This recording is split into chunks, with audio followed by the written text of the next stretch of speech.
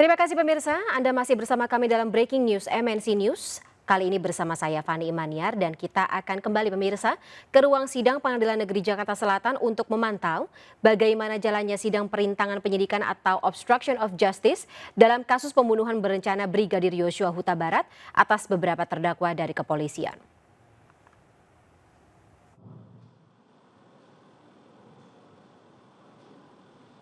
Sama disampaikan, bentuk perbuatannya disampaikan secara runtut kepada orang-orang yang kami setelah pemeriksaan. Dalam hal ini hasil pemeriksaan tersebut apakah diklarifikasi kepada yang bersangkutan hanya cuma berdasarkan cerita atau dongeng atau keterangan yang disampaikan oleh masing-masing pihak? Kami periksa secara bersamaan, kemudian ada kalanya kami hadapkan. Bersamaan ini ada terdakwa ini berdua di sini? Ya, ada. Ada. Ya. Oke, selanjutnya. Kemudian dilanjutkan dengan pemeriksaan bagaimana posisi masing-masing itu oleh di Propam. Ya, kami menemukan bukti permulaan cukup, bentuk-bentuk perbuatan dari masing-masing. Bagaimana nanti bobot kemudian ininya dari di Propam yang akan melakukan gelar perkara dan pemeriksaan. Oke, itu dituangkan dalam apa? Ada berita acarakah atau tertulis atau cuma sebatas lisan saja? Kami buatkan bentuk hasil pemeriksaan yang isinya bentuk perbuatan dan pasal-pasal dugaan yang dikatakan pelanggaran. Kemudian kami memberikan surat itu ke Dipropan yang ditandatangani oleh Pak Irwasum melalui bentuk nota dinas. Baik, apakah keterangan yang didapat itu disesuaikan dengan alat bukti lainnya mungkin yang didapat? Ya. Ada alat bukti lain yang pendukung bahwa keterangan yang disampaikan oleh A, B, C, D itu adalah benar adanya? Ada di kolom hasil pemeriksaan kami keterangan perbuatan ini, keterangan dari saksi ini, saksi ini, saksi ini. Kami sebutkan. Iya, maksud saya, ya. Apakah didukung dengan barang bukti pendukung lainnya? Ada keterangannya, berarti. Barang bukti pendukung, apakah ada? Untuk pendukung bahwa cerita orang ini adalah benar, ya. Bukan dongeng saja. Ya, karena kan kita awalnya dapat dongeng ini. Ada hasil pemeriksaaannya. Barang buktinya mungkin saksi bisa ingat apa saja barang bukti yang mendukung keterangan mereka ini? Apa? Berita acara. Berita acara. Hanya barang bukti berupa berita acara saja. Kemudian kami juga menggunakan surat pernyataan. Ya. Surat pernyataan. Ya. Terkait dengan alat bukti lainnya mungkin yang mendukung bahwa benar adanya mungkin dari sisi digital. Apakah ada? Ada tapi untuk kasus yang lainnya. Ada tapi untuk kasus yang lain. Seperti uang yang 50 juta, 15 juta tapi untuk personil yang lain. Bukan untuk yang ini, kasus ini. Ya. Baik, jadi dalam audit yang dilakukan hanya berdasarkan keterangan-keterangan yang didapat dan juga pernyataan-pernyataan yang didapat ya. Betul begitu saksi? Ya, itu nih ya. Baik, terima kasih. Cukup ya.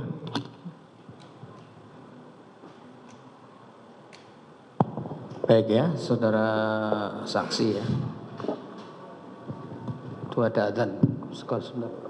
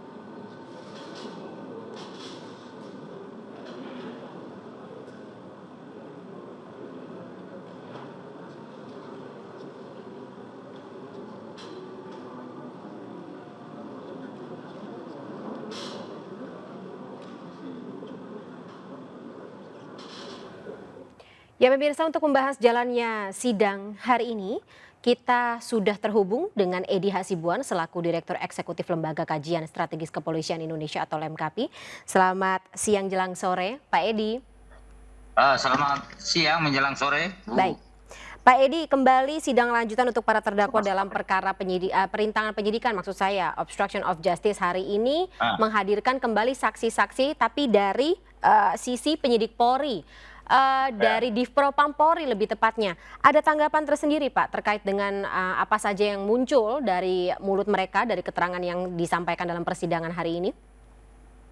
Ya tentunya memang akan banyak ya masukan-masukan ya sampaikan. Termasuk juga saya kira dari penyidik ya. Karena bagaimanapun juga kan penyidik kan ada di lapangan ya. Tentunya memang dia akan memberikan banyak kesaksian ya, diharapkan demikian. Termasuk juga berikan keterangannya sebenarnya, seperti itu yang menjadi harapan kita semua. Ya, namun kalau kadang-kadang memang apa yang disampaikan di dalam proses pemeriksaan kadang-kadang bisa berbeda ketika itu dilaksanakan pada sidangnya. Tapi memang hal seperti ini sebetulnya memang kerap terjadi di dalam hal persidangan.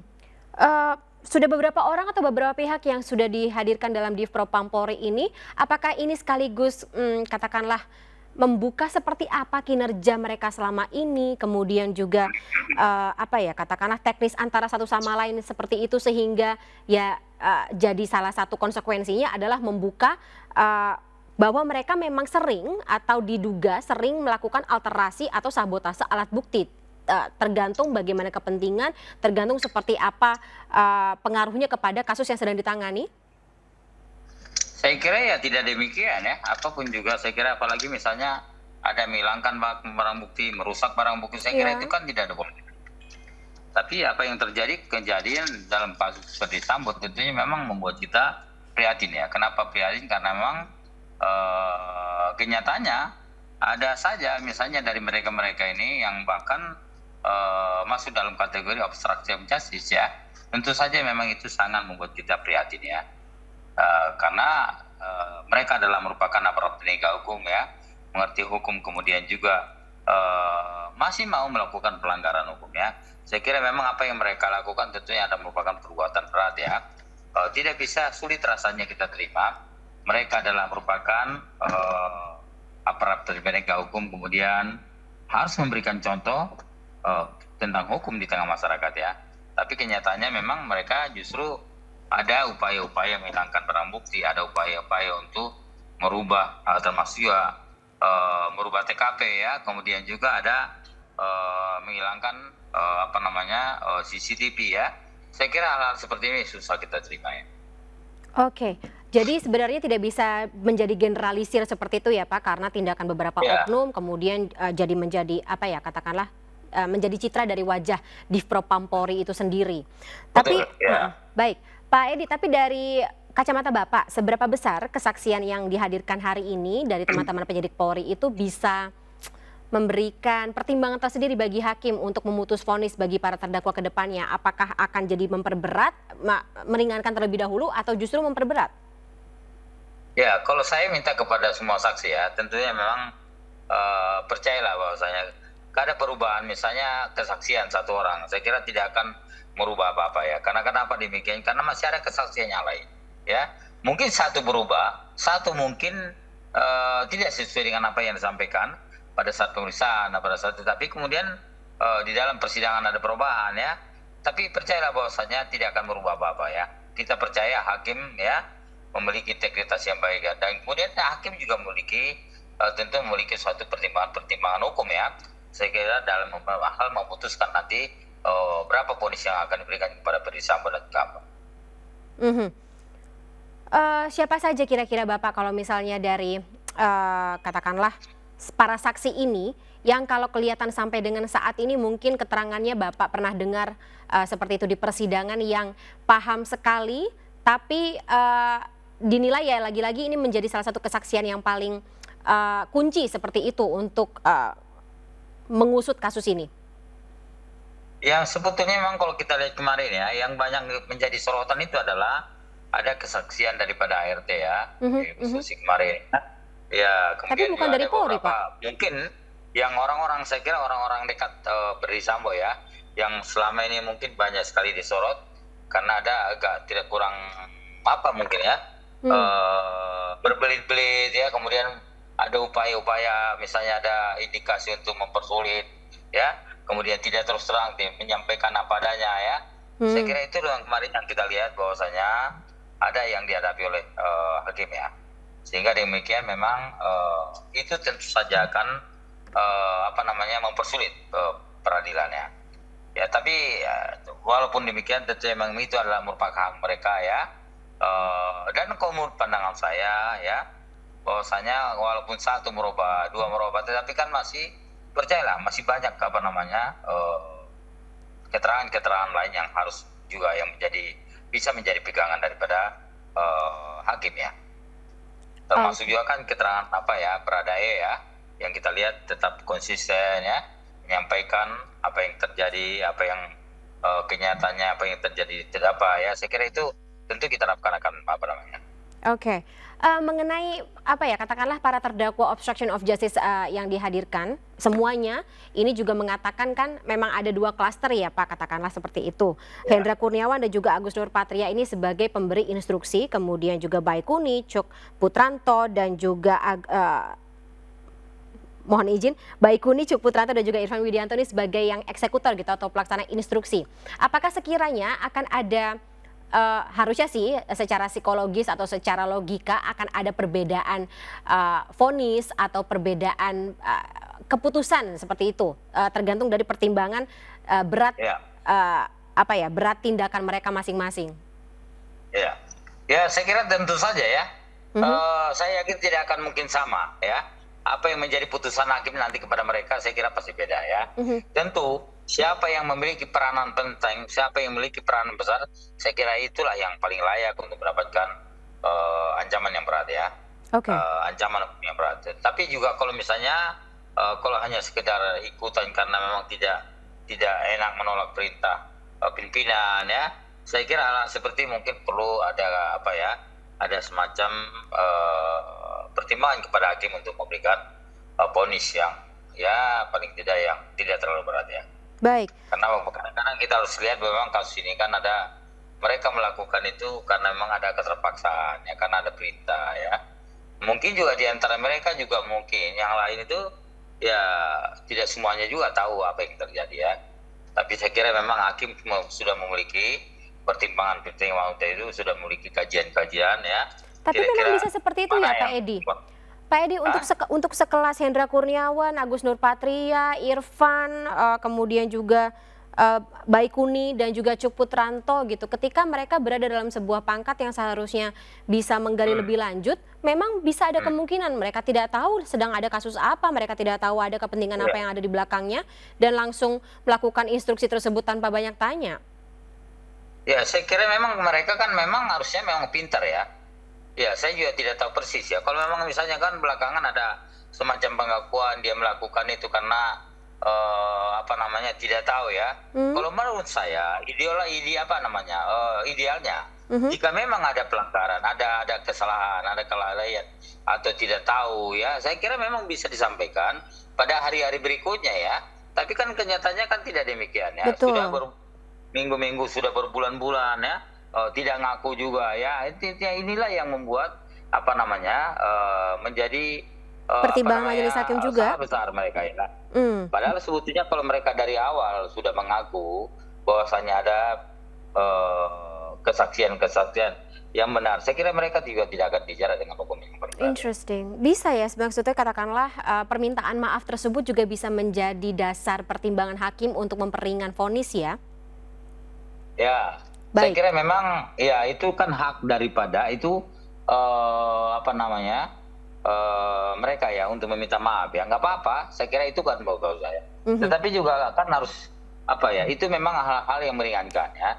Tetapi bukan berarti karena mereka minta maaf itu ancamannya kecil, enggak juga ya. Karena memang dalam pidana ya boleh saja orang memaafkan, tetapi juga tidak akan mengurangi untuk tindakan pidana yang dilakukan yang bersangkutan ya. Itu udah pasti ya. Tapi memang kalau kita bicara dia minta maaf, saya kira memang itu juga akan menjadi pertimbangan kepada hakim ya untuk memberikan suatu vonis yang mungkin paling tidak mereka mengakui perbuatannya. Baik, baik. Kak, dari saksi-saksi yang dihadirkan dari pihak Polri, kita bergeser ke saksi ahli. Hari ini ada dua saksi ahli yang dihadirkan. Pak Edi, kalau dari kacamata Anda, dari perspektif Anda, sejauh apa atau seefektif apa kesaksian atau insight yang diberikan oleh saksi ahli dalam persidangan ini bisa menjadi pertimbangan lagi-lagi bagi hakim dalam memutus kasus ini? Tadi siapa aja saksi yang ahli ya? Yang dihadirkan ya? Dari Polri, forensik dan juga dari digital forensik, Pak. Ya, saya kira memang kan mereka memang dihadirkan memang untuk memberikan suatu kesaksian tentang ilmu yang dimilikinya, ya, termasuk forensik ya. Forensik itu kan memang kita tahu bahwasanya ketika misalnya terjadi penembakan, kemudian dilakukan pemeriksaan forensik ya. Saya kira itulah yang diberikan kepada di dalam persidangan ya. Dan apa yang menjadi keputusan saya kemarin itu saya sangat tadinya saya berpikir ada perbedaan ya antara otopsi pertama dan otopsi kedua ya. Ternyata sama ya. Artinya menunjukkan kepada kita bahwasanya keterangan atau mungkin hasil otopsi pertama yang dilakukan menurut saya ya, bahwasanya memang itulah yang benar ya. Otopsi pertama, otopsi kedua sama apa ya? Artinya hasilnya sama ya. Tadinya itu kan banyak ada keraguan dari masyarakat bahwasanya wah jangan-jangan ini ada hasil forensiknya ini beda nih gitu ya. Tapi kenyataannya tidak sama ya. Artinya menunjukkan kepada kita bahwasanya mereka petugas kedokteran forensik ya telah menjalankan tugasnya dengan baik ya. Baik. Kalau misalnya bicara mengenai saksi ahli yang dari pihak kepolisian seperti itu, Pak Edi, apakah kita juga bisa menakar seperti apa objektivitas dari keterangan yang akan mereka berikan, mengingat terdakwanya semua dari pihak kepolisian juga? Ya tidak apa-apa, karena memang mereka sebetulnya saksi daripada kepolisian ya, saksi forensik, saksi digital ya, mereka kan sudah disumpah untuk itu. Dan saya yakin mereka tidak akan berani ya, tidak akan berani karena nggak seperti Susi ya, nggak seperti Susi atau ART yang lain ya Mas karena, ya. Kalau mereka kan tidak ada urusannya, mereka memang harus fair ya dalam memberikan suatu keputusan ya, dalam memberikan suatu hasil mereka harus fair ya, karena tidak ada kepentingan apa-apa juga ya, justru dia akan misalnya memberikan kesaksian yang palsu atau mungkin apa, itu akan justru akan menjerat dia sendiri. Ya. Baik. Pak Edi, kita juga sedikit geser ya ke topik yang menarik kemarin dan sempat menjadi bahan pembicaraan selama beberapa hari terakhir terkait dengan Hendra Kurniawan, Pak, yang lagi menerima sorotan saat ini akibat nyanyiannya terkait dengan ada aliran dana ilegal ke beberapa petinggi Polri, termasuk salah satunya Kapolda Kaltim waktu itu yang sedang menjabat dan juga Kabareskrim yang saat ini menjabat Agus Andrianto seperti itu. Tanggapan Pak Edi mungkin ada komentar terkait hal ini, nyanyiannya kenapa baru beredar sekarang? Ya, saya kira memang inilah yang terjadi saat ini ya. Saya kemarin beberapa dalam momen ya, saya sampaikan karena memang ini adalah merupakan ini baru viral ya ketika misalnya Ismail Bolong ya menyampaikan suatu pengakuan ya, kemudian banyak mendapatkan sorotan dari masyarakat ya.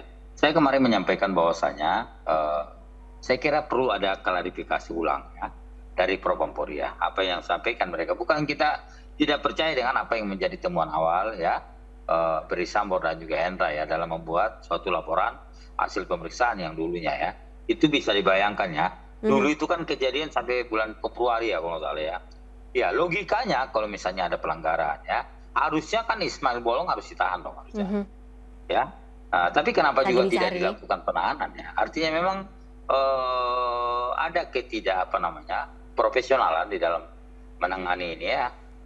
Saya ragu jika memang ini menjadi hanya percaya saja gitu ya. Saya kira takutnya nanti bisa terjadi adanya mungkin karena dendam, kemudian ada muncul surat ini ya. Saya kira itu yang saya khawatirkan ya. Tetapi sekali lagi ya, menurut pandangan kami saya kira perlu Propam-Polri yang melakukan klarifikasi kembali terhadap pengakuan-pengakuan itu ya. Apakah memang ya betul ya sejumlah nama-nama yang tadi itu memang menerima sesuatu dari Ismail Bolong ya. Kalau dari Kabareskrim sih kita berbicara masalah Kabareskrim sudah menolak hal itu sih, Pak Ya. Edi, kabar eskrim. Ya. Tapi Karena yang paling penting sebetulnya itu harus ada pembuktian ya. Jika memang dia merasa ngasih, terus buktinya apa ya? Saksinya siapa gitu ya? Itu yang paling penting ya. Jangan sampai misalnya jadi pindah buat orang lainnya. Buat saya yang paling penting ketika misalnya nanti ya, pada akhirnya nanti Ismail Bolong akan diperiksa, ya kemudian diproses ya. Kita minta dia menyampaikan pengakuan yang sebenarnya sehingga ini menjadi jelas ya, ini menjadi terang ya, tidak menjadi terjadinya buruk-buruk sangka ya kepada pihak-pihak lain. ya walaupun selain Hendra Kurniawan atau kesaksian Hendra Kurniawan ini juga didukung tanda kutip oleh Verdi Sambo yang notabene mantan Kadif Propam dan ya seperti kita tahu biasanya atau Kadif Propam dan juga Irjen Pol Verdi Sambo ini kemarin mengetahui apapun atau mengetahui informasi-informasi krusial yang ada dalam institusi Polri seperti itu. Verdi Sambo juga mendukung hal itu. Pak Edi, ada tanggapan? Ya, masalahnya sekarang itu adalah kalau memang tidak terjadi apa-apa, tidak seperti ini, mungkin nggak ada masalah, mungkin orang akan percaya ya. Tapi karena ini terjadi, kemudian yang dilaporkan ada orang yang melakukan penindakan terhadap mereka ya. Saya kira ada konflik kepentingan Pak Edi ya? Iya, itu yang saya khawatirkan ya. Makanya kalau saya sampaikan ya dari kemarin ya, saya kira Polri harus bijak betul-betul ya di dalam menangani atau merespon ya pengakuan Ismail Bolong ya. Yang paling penting sebetulnya harus ada bukti-bukti yang cukup ya. Jika memang memberikan sesuatu tiap bulan atau apa bukti yang dimiliki ya. Sehingga kasihan pihak-pihak, saya tidak tahu persis ya berapa banyak nama di situ, tetapi kalau cuma berdasarkan pengakuan nanti saya kira susah dipertanggungjawab secara hukum ya. Tapi kalau misalnya menakar dari sikap Kapolri sendiri Pak Edi sejauh ini seperti apa? Tapi tahan dulu jawabannya Pak Edi, kita harus break sejenak. Setelah jeda berikut ini kita akan lanjutkan kembali dialog kita terkait dengan isu-isu yang muncul di seputar sidang obstruction of justice kali ini. Tetaplah bersama kami Pak Edi dan juga pemirsa. Breaking News MNC News akan kembali setelah jeda berikut ini.